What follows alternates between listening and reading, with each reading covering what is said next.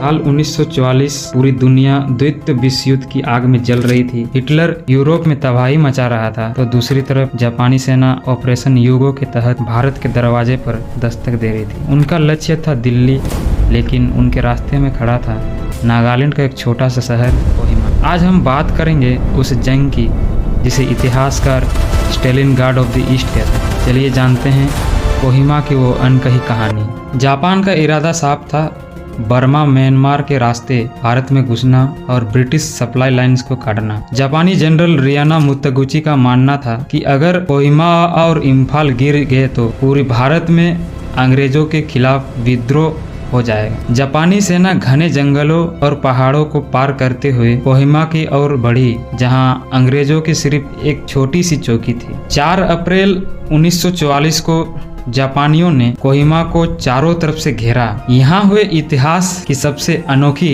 लड़ाइयों में एक battle of the tennis court. District commissioner के घर के टेनिस कोर्ट पर दोनों सेनाएं इतनी करीब थी कि वे एक दूसरे पर ग्रेनेड फेंक रहे थे। 13 दिन तक ब्रिटिश और भारतीय सैनिक, खासकर आसाम रेजिमेंट, बिना पर्याप्त पानी और राशन के जापानियों की विशाल सेना का मुकाबला कर रहे थे। जब अप्रैल के अंत में रीइंफोर्समेंट पहुंची तो पासा पलट गया। मानसून की बारिश, बीमारी और रसद सप्लाई की कमी ने जापानी सेना की कमर तोड़ दी। 22 जून 1944 को कोहिमा की घेराबंदी पूरी तरह खत्म हुई और जापानियों को पीछे हटने पर मजबूर होना पड़ा। यह उनकी भारत में पहली और सबसे बड़ी हार थी। इस जंग में नागा लोगों का योगदान भुलाया नहीं जा सकता। उन्होंने न केवल जासूसों, पीसीस के रूप में काम किया, बल्कि घायल सैनिकों को बचाया और कठिन पहाड़ों में सप्लाई पहुंचाने में मदद की। उनके बिना यह जीत मुमकिन नहीं थी। आज कोहिमा में एक खूबसूरत वार सिमेट्री है जहां हजारों